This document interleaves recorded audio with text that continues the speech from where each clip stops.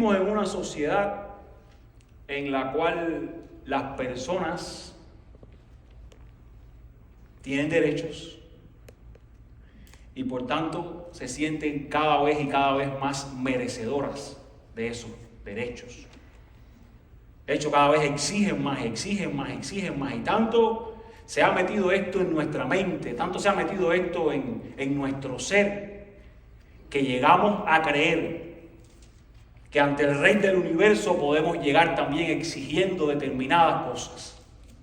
Llegamos a creer que por determinado estatus, por determinada justicia que hay en nosotros, entre comillas, podemos merecer algo de su dádiva. O podemos llegar a decir, yo no soy de esta manera, o yo no soy de aquella. Pero la realidad de lo que nosotros merecemos lo vamos a leer en el pasaje que hoy vamos a compartir.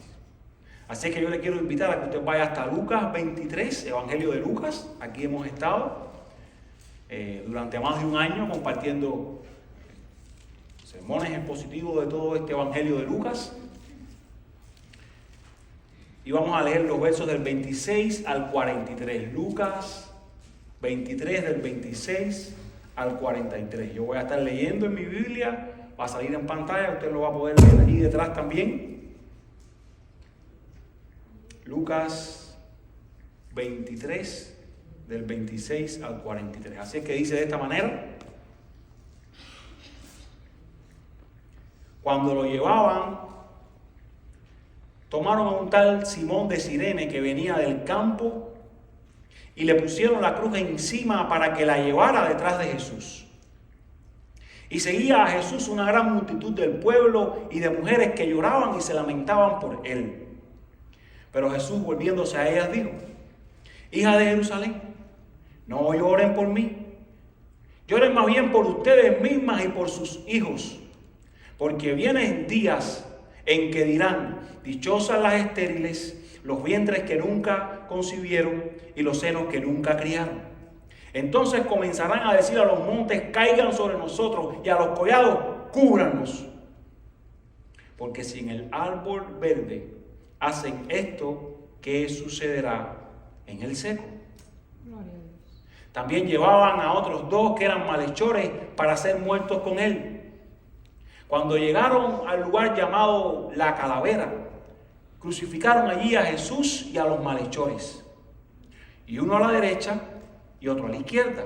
Y Jesús decía: Padre, perdónalos porque no saben lo que hacen. Y los soldados echaron suerte repartiéndose entre sí sus vestidos. El pueblo estaba allí mirando y aún los gobernantes se burlaban de él diciendo: a otro salvó, que se salve él mismo, si este es el Cristo de Dios, su escogido. Los soldados también se burlaban de Jesús y se acercaban a él y le ofrecían vinagre diciendo: si tú eres el rey de los judíos, sálvate a ti mismo. Había también una inscripción sobre él que decía: este es el rey de los judíos. Y uno de los malhechores que estaba colgado allí le lanzaba insultos diciendo: ¿no eres tú el Cristo? Sálvate a ti mismo y a nosotros. Pero el otro le contestó y reprendiéndolo dijo: ¿ni siquiera temes tú a Dios, a pesar de que estás bajo la misma condena? Nosotros, a la verdad, justamente porque recibimos lo que merecemos por nuestros hechos, pero este nada malo ha hecho. Y añadió: Jesús, acuérdate de mí cuando vengas en tu reino. Entonces Jesús le dijo: en verdad te digo, hoy estarás conmigo en el paraíso. Y cuando usted lee el verso 41, usted tiene una respuesta de qué es lo que merece el hombre. Hay un ladrón en la cruz diciéndole al otro: ¿qué merecemos? ¿Qué merecemos? Él le está diciendo al otro: nosotros merecemos la cruz. Pero gloria a Dios que Jesús puede salvar de la ira de Dios al que arrepentido y creyendo acepte su gracia. Gloria a Dios por eso. Gloria a Dios porque a pesar de que merecemos la cruz, hay una cosa que se llama gracia que trae salvación al que arrepentido viene ante Él y acepta esa gracia creyendo. Así es que lo que estaba pasando aquí después del juicio que estudiamos la semana anterior es que llevaban a Jesús al Calvario para ser crucificado, ya que por ley cualquier ejecución debía realizarse fuera de la ciudad y lo estaban llevando fuera de la ciudad a Él. Muchos expositores coinciden que el reo debía cargar el palo transversal de la cruz, el que estaba horizontal, porque allí en el lugar estaba esperando el otro y allí entonces lo ponían. Así que Jesús comienza a cargar su cruz, pero estaba tan físicamente cansado, estaba tan debilitado por los latigazos, por el escarnio, por los golpes, por el largo juicio, por toda la noche de agonía, que al parecer no podía más. Y entonces tuvieron que tomar a alguien llamado Simón de Cirene para que terminara de llevar la cruz del Señor hasta el Gólgota. Ahora, mire esto usted, verso 27, mírelo con sus propios ojos. Verso 27. Seguía a Jesús. ¿Quién? ¿Quiénes seguían a Jesús?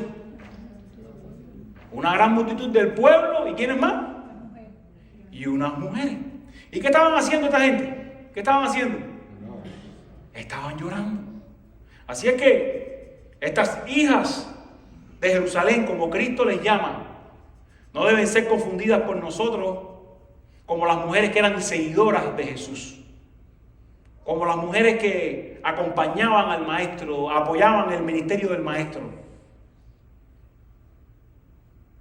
Estas eran personas que simpatizaban con Jesús. Estas eran personas que sentían aprecio por la obra que Jesús había hecho. Incluso la idea de cómo estaban llorando aquí implica algo grande. Se daban golpes en el pecho al ver la escena de la injusticia que estos hombres estaban cometiendo. Entonces en el verso 28 Jesús les dice, ¿qué les dice?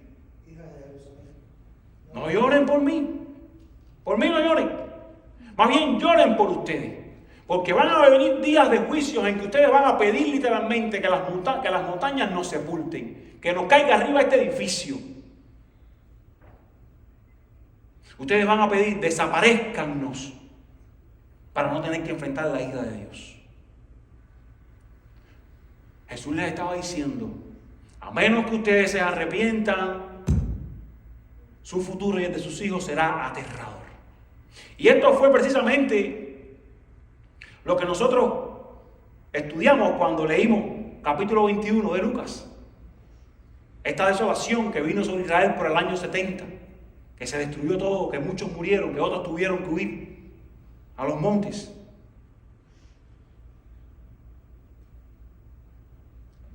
Y leyendo un poco, Juan Calvino dijo, el lamento de las mujeres es necio si no temen también el terrible castigo de Dios que pende sobre los malvados. De nada vale llorar si tú no interiorizas lo que va a pasar contigo. De nada vale identificarte, ponerte de parte de Jesús si tú no interiorizas a dónde te va a llevar el no tomar una parte concreta. Entonces, en el verso 31, Jesús pronuncia un proverbio popular, un dicho quizás de la época.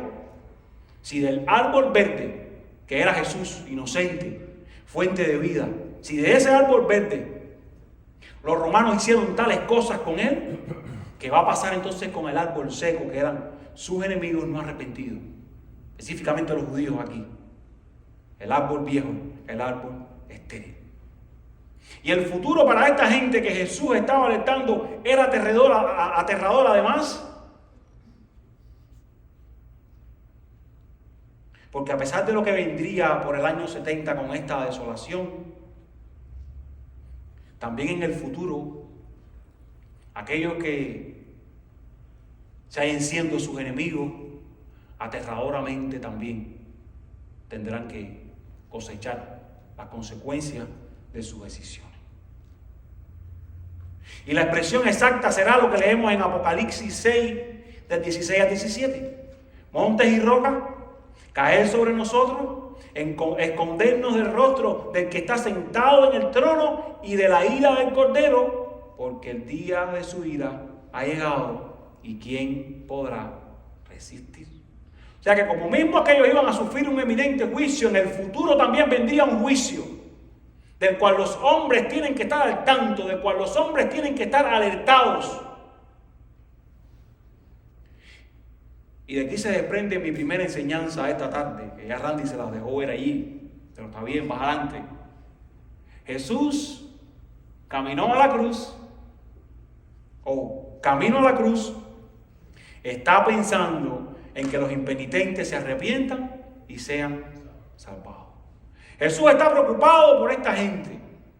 Jesús proféticamente les advierte: huyan de la ira de Dios, que es peor que incluso morir.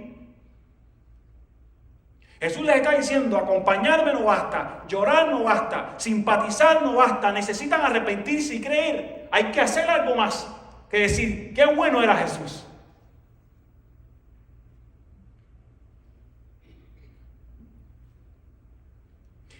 Y si usted mira todo lo que viene después en el texto, vemos a Jesús clamando unos minutos después por misericordia para ellos, porque era lo que quería Jesús, que ellos llegaran al conocimiento del Padre.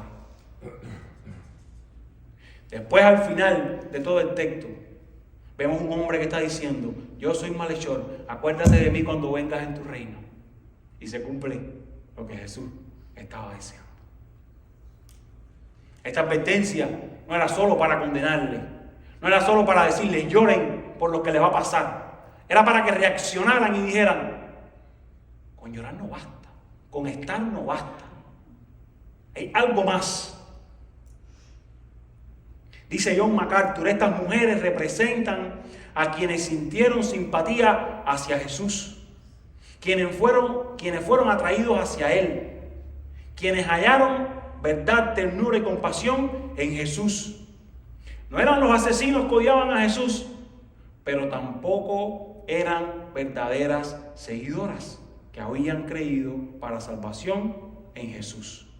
El cristianismo está lleno de individuos que en alguna medida sienten simpatía hacia Jesús, pero que no son sus verdaderos discípulos. Fin de la cita. Hay mucha gente que asiste, hay mucha gente que dice sí Dios, hay mucha gente que incluso hasta llora, se emociona, sin ser verdaderos discípulos. Y escucha esto, mi hermano: si el gran día del Señor eres de los que simpatizan con Él, eres de los que hasta lloran por Él, pero no le has hecho tu Señor, tú querrás como esta gente que te trague la tierra. Y tristemente ese día ya no habrá oportunidad. Así es que aún hoy es tiempo. Examínate, arrepiéntete, cree. Una vez más, no basta con llorar, no basta con decir él fue un buen hombre. Necesitas examinar tu vida, arrepentirte y creer. Segunda enseñanza que te comparto en esta mañana: Jesús en la cruz bebió toda la copa de la ira de Dios para salvar a los hombres, hasta la última gota. Y vamos a mirar allí en el texto, verso 33. Llegaron a un lugar llamado Gólgota, que traducido significa lugar de la calavera. Y nuestra palabra Calvario, que muchas veces cantamos y también mencionamos, es la traducción al latín y significa precisamente eso, una calavera. Y curiosamente, tenemos la imagen de que Jesús fue crucificado en una colina, en una montaña, en una loma. Eso lo vemos en las películas, eso incluso lo tenemos en nuestra mente. Pero si miramos las costumbres romanas, ellos acostumbraban a crucificar a los enemigos, a los hombres, a los ajusticiados en las calles. Es posible que hubiera una colina cerca, es posible que esta montaña, que algunos dicen tenía forma como de una carabela, estuviera enfrente allí de Jesús, pero él fue crucificado públicamente en una calle fuera de la ciudad. Y la muerte por crucifixión era el método de ejecución más barbárico, inhumano, cruel que había por aquellos días.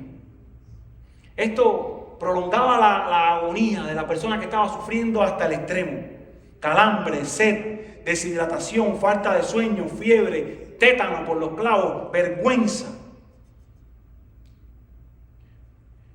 Y los romanos solían crucificar a sus ajusticiados con las rodillas como un poco así encorvadas,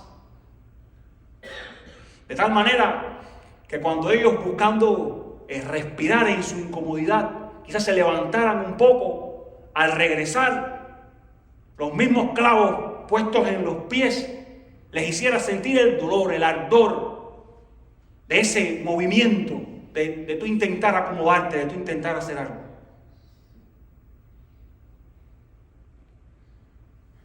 Y si por alguna razón tú intentabas dejarte caer sobre esos pies que tú intentabas mantener firmes, pues eran entonces las manos las que sufrían porque se desgarraban cuando tú te dejabas caer hacia abajo. Tan barbárico era. No puedo decir desde aquí cada una de las cosas que los historiadores comentan sobre las cosas que hacían, cuán sufrido era. Pero Jesús tuvo que padecer, tanto a nivel físico como emocional, como espiritual, para cargar nuestra culpa por el pecado. Ningún sufrimiento físico incluso podría compararse con el hecho de recibir el peso de la ira de Dios allí en la cruz. Ese es el dolor más agonizante.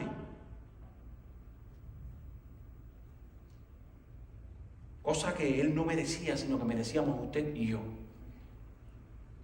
Allí en la cruz Jesús sufrió el desamparo del Padre porque se produjo una completa ruptura de esta comunión que ellos tenían. Él fue hecho pecado por causa de nosotros, sin cometer pecado Él.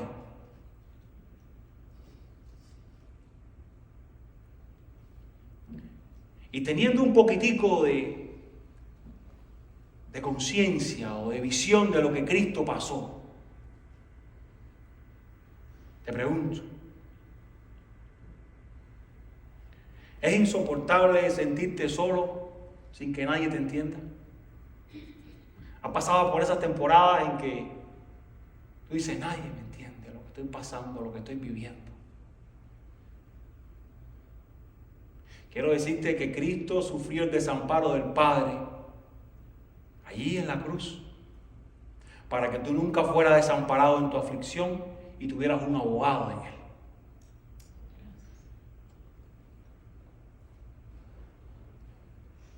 Y en Cristo encontramos ese consuelo. Y Cristo puede interceder por nosotros como nadie. Y Cristo puede entender lo que nadie entiende de las cosas que vivimos nosotros. Por eso necesitamos parecernos a Él para poder entender a las personas en sus luchas. Una vez más, mire el verso 33. Crucificaron a Jesús. ¿Entre quiénes? Dos malhechores. Jesús ahí en el medio de dos malhechores. Uno a la derecha, otro a la izquierda. Y aquí se estaba cumpliendo lo que había sido profetizado hacía 700 años antes. Isaías 53:12, yo lo voy a leer para usted. Por tanto, yo le daré parte con los grandes, hablando de Jesús, y con los fuertes repartirá despojo, porque derramó su alma hasta la muerte. 700 años antes fue dicho esto, que pasaría con el Mesías Jesús. Y con los transgresores fue contado. Llevó el pecado de muchos e intercedió también por los transgresores. Todo lo dijo Isaías tantos años antes. Y me resulta tan interesante que estos ladrones en la cruz caen aquí en la historia así de sopetón, sin más descripción. De ellos no se nos dice si fueron golpeados, de ellos no se nos dice si fueron burlados, de ellos no se nos dice si fueron escarnecidos. Ninguno había sido castigado con tanta crueldad. Alguien que pasaba por allí, quizás sin saber qué había estado pasando, su pensamiento era: ¿quién es el más malo de estos tres? Jesús. Jesús había sido tratado incluso dentro de los tres malhechores como el peor, como el más peligroso. Y cada una de las cosas que sucedieron con Jesús desde la noche de su arresto hasta el momento que expiró en su crucifixión, sucedieron para demostrar que Jesús era inocente, pero que estaba muriendo como el peor de los criminales. Inocente que moría como el peor de los criminales. Por usted y por mí.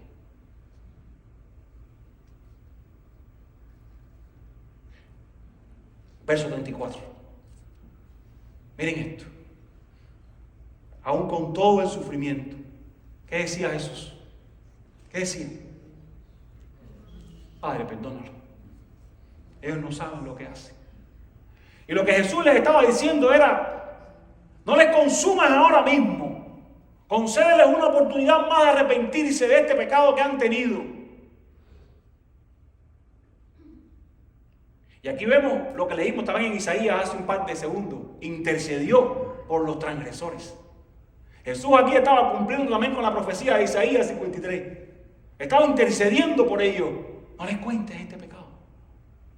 Dales una oportunidad de arrepentirse. Y la idea no es que Jesús lo dijo una vez. La idea es que venía por el camino diciendo: Padre, perdónalos, no saben lo que hacen. Padre, perdónalos, no saben lo que hacen. Jesús venía diciéndolo una y otra vez. Y al parecer el Señor contestó esta oración cuando en Hechos, muchos quizás de los que estaban aquí, judíos por montones, se convertían. A los que Pedro les predicó y les dijo: ustedes crucificaron al Señor. En Hechos.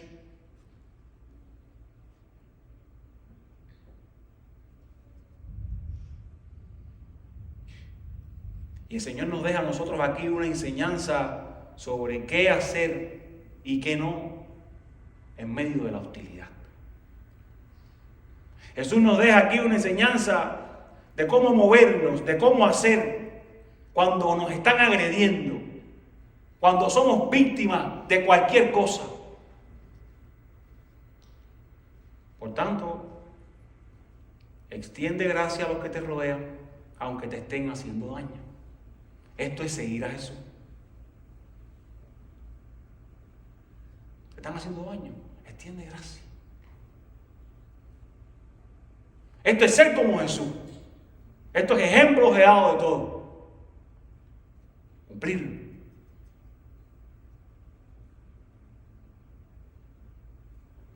Verso 34. Jesús decía al final: Padre, perdónalo, no saben lo que hacen. Pero miren lo que los soldados hacían mientras Jesús decía: perdónalo. Los soldados echaron suerte repartiendo entre sí sus vestidos.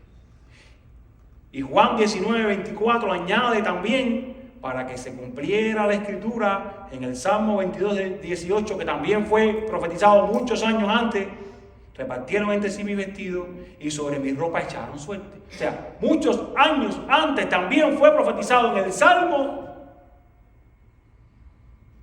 con la ropa de Jesús van a echar suerte a los pies de la cruz. Tantos detalles. David, proféticamente, estaba describiendo estos sufrimientos del Mesías.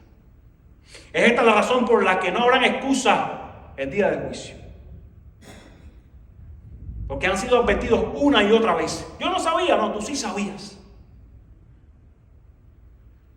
Y cada una de las cosas que la Biblia ha dicho en la antigüedad se han cumplido. Y cada una de las cosas que hoy nos está diciendo, estamos esperando, se cumplirán. No habrá excusa para nadie. Y es triste que mientras Jesús padecía los horrores de la cruz, muriendo para salvar a los pecadores, estos hombres estaban jugando con esto. Cuán duro el corazón del hombre, cuán menospreciada la cruz de Cristo. Como si esto no tuviera nada que ver con ellos.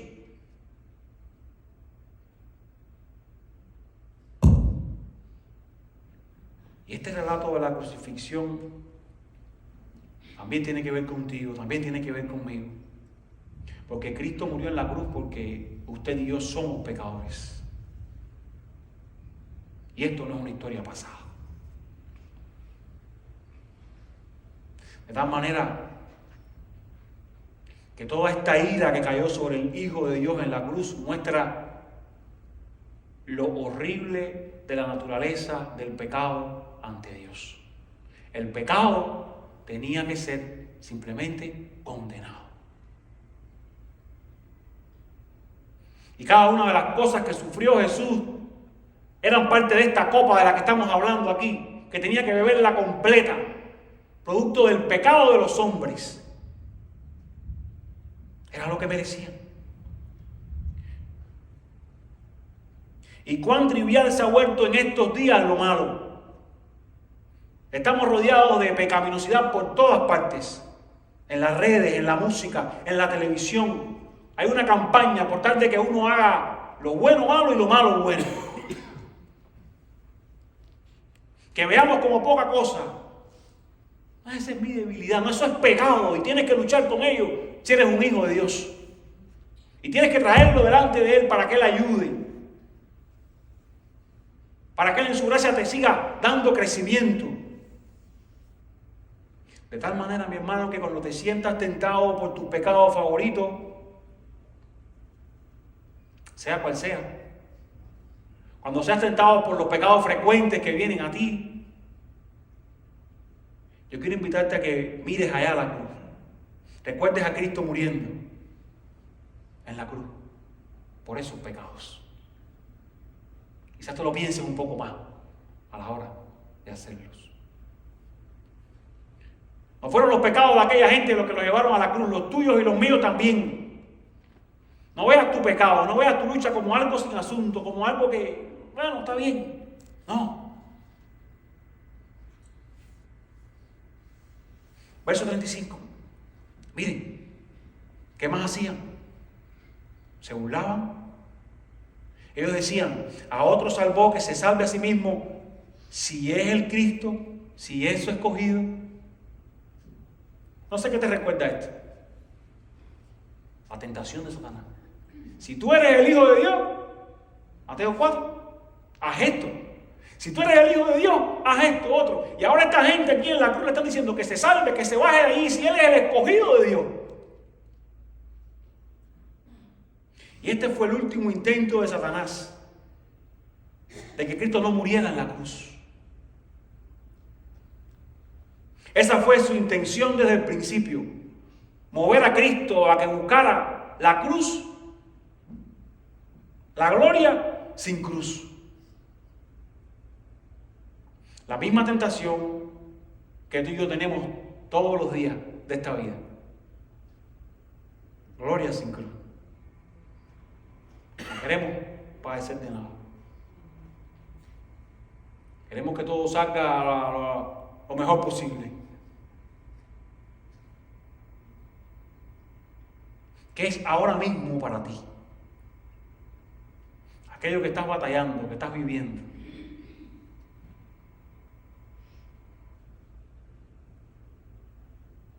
Que es gloria sin cruz. O que te tiene pensando y queriendo gloria sin cruz. Porque si somos sus seguidores,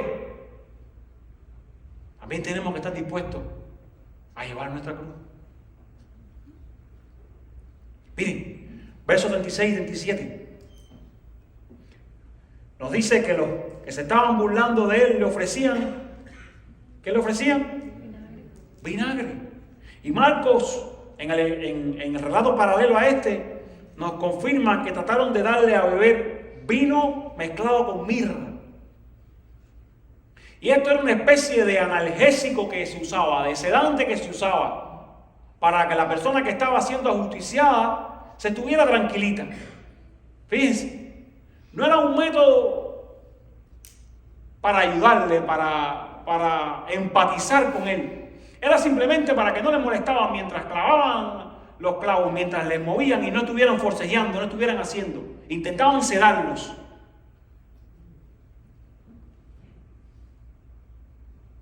Pero Cristo se negó a beber. Nos dice Marco. No lo quiso beber. Y la razón era por la que él no quiso hacerlo, era porque él debía tomar toda esa copa de aflicción que el Padre le había dado hasta la última gota. Él tenía que demostrar que su muerte era un acto consciente y voluntario. Aquí no estoy sedado, aquí no estoy medio dormido, aquí no estoy anestesiado, yo estoy sufriendo verdaderamente la ira de Dios, estoy sufriendo verdaderamente lo que los hombres deben sufrir, yo por ellos.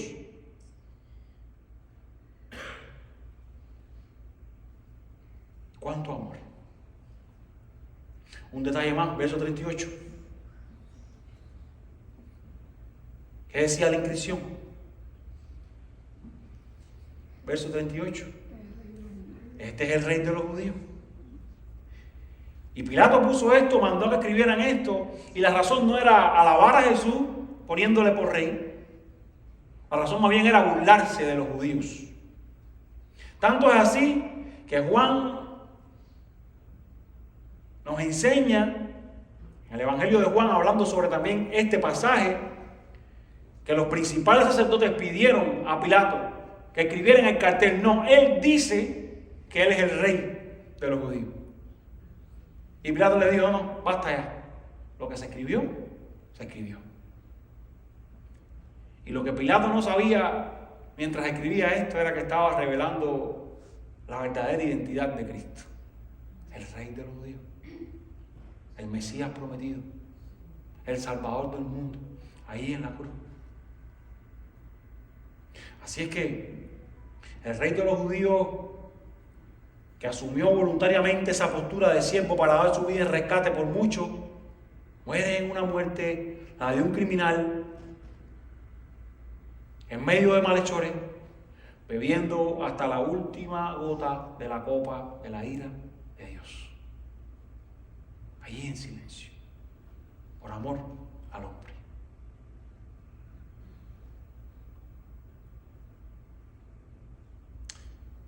Y número 3, en la cruz Jesús no se salvó a sí mismo para que los más viles pecadores recibieran el perdón. Estas eran las palabras, sálvate a ti mismo. Pero Jesús no se salvó allí para que los más viles pecadores pudieran ser perdonados. Y ahora los versos del 39 al 43, la historia de estos dos malhechores. Es uno de los ejemplos más sorprendentes del poder de la gracia de Dios para la salvación de los perdidos. Este es un ejemplo extraordinario. Incluso algunas personas han llamado a estos personajes equivocadamente el ladrón malo y el ladrón bueno. Pero esto es contrario a lo que enseña este texto.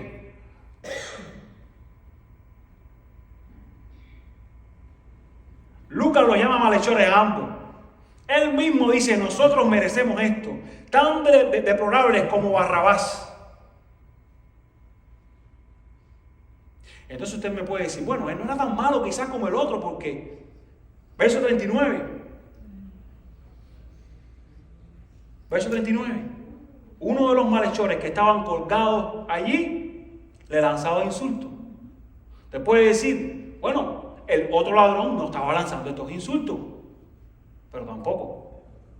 Si usted lee Mateo 27, verso 44, se dará cuenta de algo que le confieso, yo descubrí esta vez, después de tantas veces leer este pasaje. 27:44. Hablando de la misma historia. En la misma forma, lo injuriaban también los ladrones que habían sido crucificados con él. Esto es Mateo 27:44. En la misma forma, lo injuriaban también los ladrones que habían sido crucificados con él. Está en plural. O sea que no había un solo ladrón injuriándole. Los dos lo estaban haciendo camino a la cruz. Los dos lo estaban haciendo en la cruz. Lucas no lo cuenta todo, pero cuando leemos la otra historia en otro evangelio nos dice que los dos lo estaban haciendo.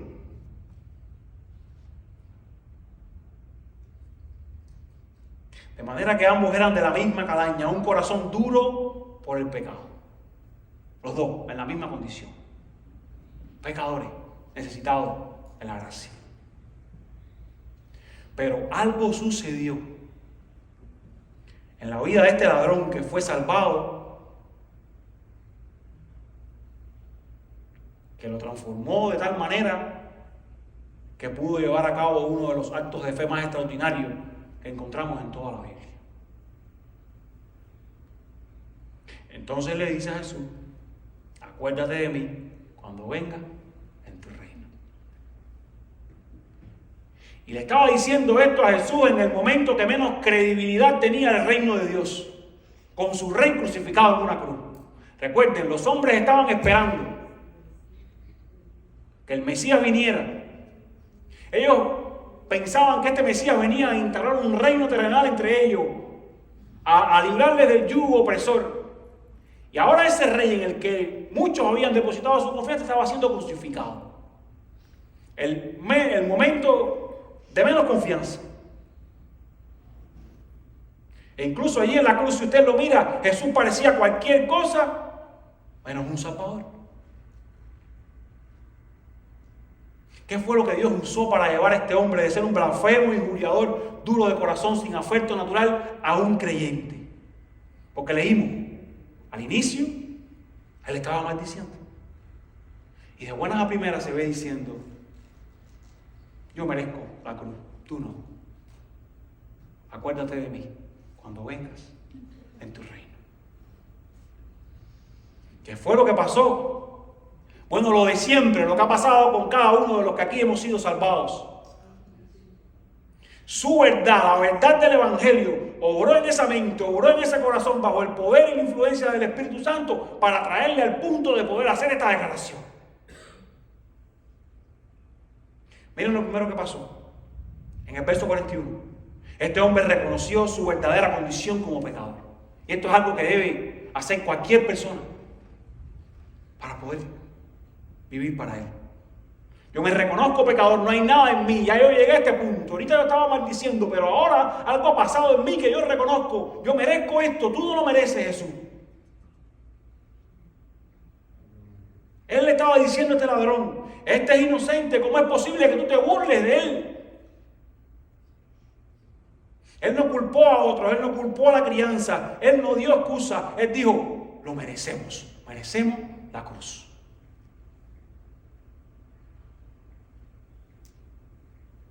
Nosotros verdaderamente merecemos esto. Lo otro que él hizo, verso 42, es que él miró más allá de la muerte. Él le dijo: acuérdate de mí cuando vengas en tu reino.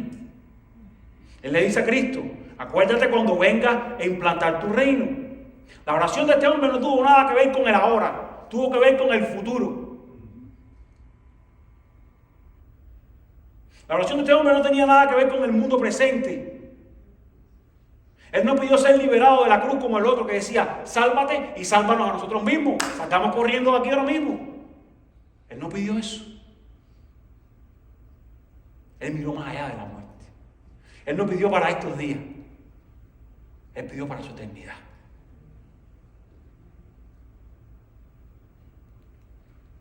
Y lo contrario, el otro hombre diciendo: sálvanos de aquí, de ahora. Lo otro que pasó en este hombre fue que él vio gloria y majestad en Jesús. Porque estas palabras de acuérdate de mí cuando vengas en tu reino es un reconocimiento, es la certeza: tú eres un rey. Yo me he dado cuenta que posees un reino, aún viéndote allí coronado en esa cruz. ¿Cómo este hombre llegó a esta comprensión? Ese malhechor había visto el evangelio vivo caminar a su lado. Ese malhechor había visto la reacción de Jesús ante esta avalancha de odio que se había volcado contra él. Él quizás pudo escuchar mientras le maldecía, quizás pudo escuchar a Jesús diciendo: perdónales, no saben lo que hacen. Él quizás pudo decir: ¿quién es este? Que debiera quizás estar haciendo otra cosa menos diciendo perdónales.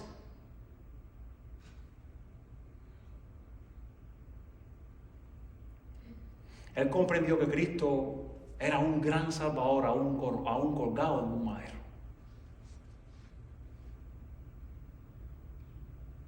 Él comprendió que Cristo es un gran salvador, aún colgado en un madero. Desde allí podía salvar. Y escuche esto, amado hermano. La verdad de Dios tiene poder para salvar a los pecadores. Su verdad, por sí sola. Pronúnciala. No necesitamos añadirle nada más. No necesitamos añadirle psicología. No necesitamos añadirle palabras bonitas. No necesitamos añadirle poder de convencimiento de los hombres. No necesitamos añadirle nada más. Ese es el poder del evangelio. Él solo transforma a la persona. Pronuncie la palabra. Es más, mientras usted evangeliza a otros, a usted no le ha sido demandado nunca resultado. Nunca nadie le ha pedido: trae 20 convertidos. Fidelidad a predicar lo que dice el evangelio.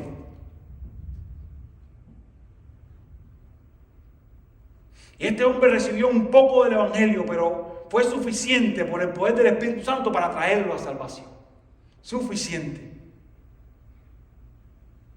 No desmayemos nosotros en presentar el evangelio mediante nuestras vidas, mediante nuestras palabras, a nuestros familiares, a nuestros amigos, a nuestros vecinos, a los que tenemos alrededor.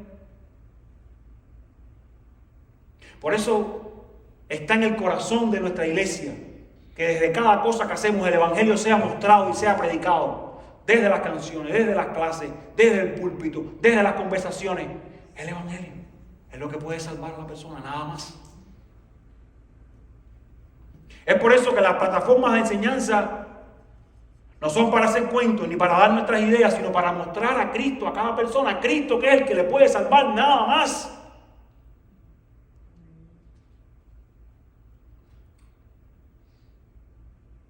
Verso 42. Jesús le dice: en verdad te digo, hoy estarás conmigo en el paraíso. Y en el instante en el que pidió misericordia, misericordia le fue concebida. Y podía tener la certeza que cuando abriera sus ojos nuevamente, los abriría en el paraíso. Miren, este ladrón no se bautizó.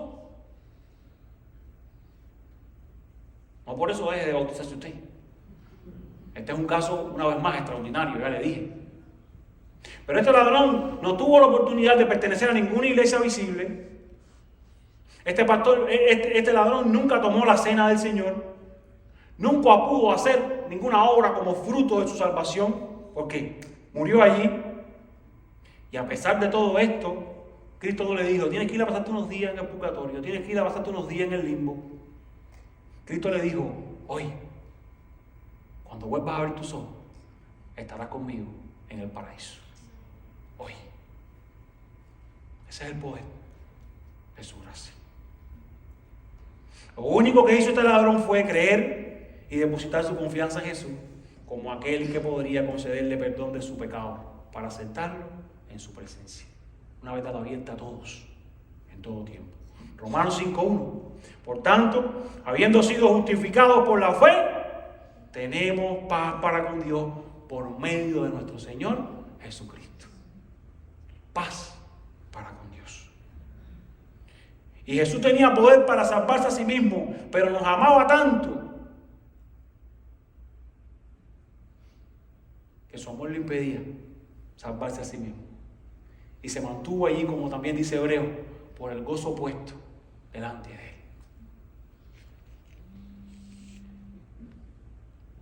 Escucha esto. Si tú quieres saber cuán grande es el amor de Dios por ti y por los tuyos, no mires a las circunstancias que te rodean hoy. No mires a las cosas difíciles que puedas estar viviendo hoy. Mira la cruz. Mira allá atrás. Ahí vas a ver todo su amor. Que lo que estás viviendo hoy no nuble tu mente. Mira allí. Allí vas a ver su amor. Allí le vas a ver. Cristo sufriendo en tu lugar. Dios muestra su amor para con nosotros en que aun siendo pecadores, Cristo murió por nosotros. Romanos 5:8. Y este texto que hemos leído nos ha mostrado varias reacciones ante este suceso de la crucifixión del Señor. Un hombre que es obligado a cargar la cruz, unas mujeres que lloran y se lamentan, Jesús rogando por misericordia para sus captores, los soldados rifando allí su vestido, todo un pueblo observando, porque había un pueblo observando, simplemente mirando como espectadores de lo que estaba ocurriendo, gobernantes burlándose, un malhechor que decía, sálvate y sálvame de este momento, otro que decía, yo merezco la cruz, acuérdate de mí cuando vengas en tu reino. A este Jesús respondió, hoy estarás conmigo en el paraíso. Porque Jesús puede salvar de la ira de Dios al que arrepentido y creyendo acepte su gracia.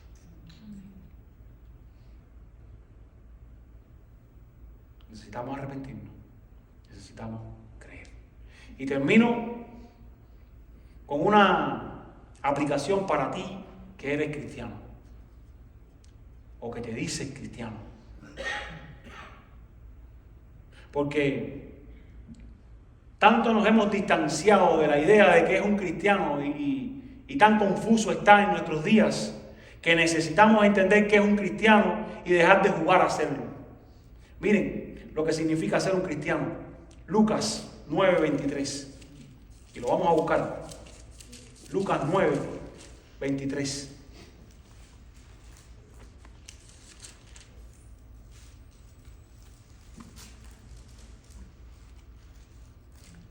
Lucas 9:23. A todos les decía, si alguno quiere seguirme, ¿qué cosa?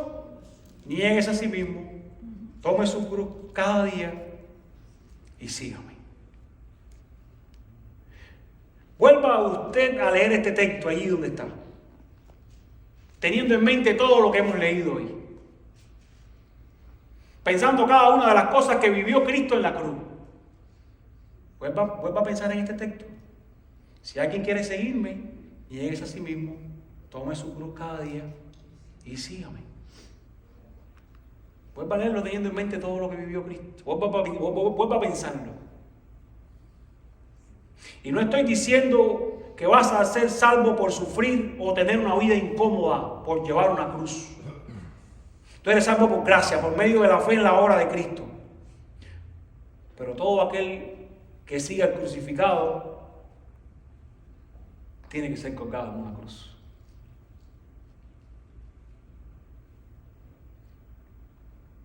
Y el cristianismo tristemente se ha vuelto tan popular que es muy fácil ir a una iglesia, es muy fácil cantar, es muy fácil estar entre los creyentes y hasta decir, yo soy cristiano.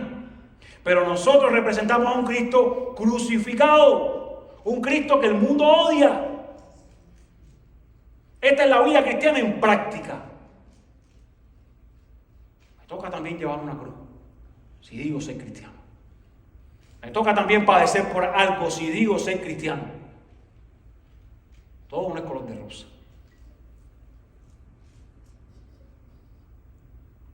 Gálatas 2:20, que lo conoce de memoria.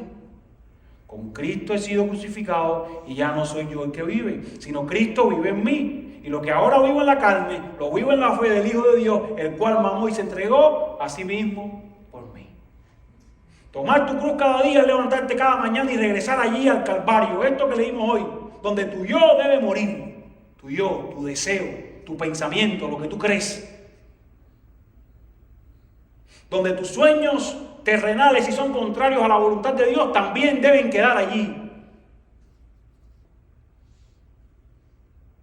Es darle muerte a cualquier sueño que está desconectado de su visión. Es darle muerte a nuestras propiedades, a nuestras prioridades, a nuestros gustos. Es darle muerte a la voluntad de Dios para que reine ella sobre mi vida.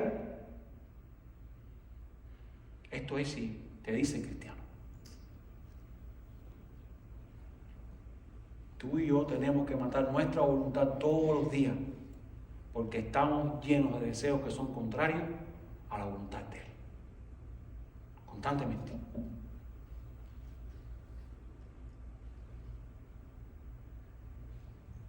Jesús puede salvar de la ira de Dios al que arrepentido y creyendo acepte su gracia. Y no tiene seguridad de ser un cristiano, como este ladrón en la cruz. Necesita reconocerte merecedor de esa cruz tú. Porque Dios es tan santo que con tu pecado no puedes ni tan siquiera pararte delante de Él. Necesitas reconocer que la obra de Cristo en la cruz, como Él murió allí, fue por ti. Que no hay nada que tú puedas hacer para salvarte. Necesitas que Él lo haga. Necesitas mirar más allá de esta vida, a lo eterno, y decir, llévame allá. ¿De qué tú me salvas? De mis pecados, ni tan siquiera de lo que me va a pasar mañana, ni tan siquiera de este mundo. Eso viene con ser un cristiano. Pero estoy pensando allá, desde aquí.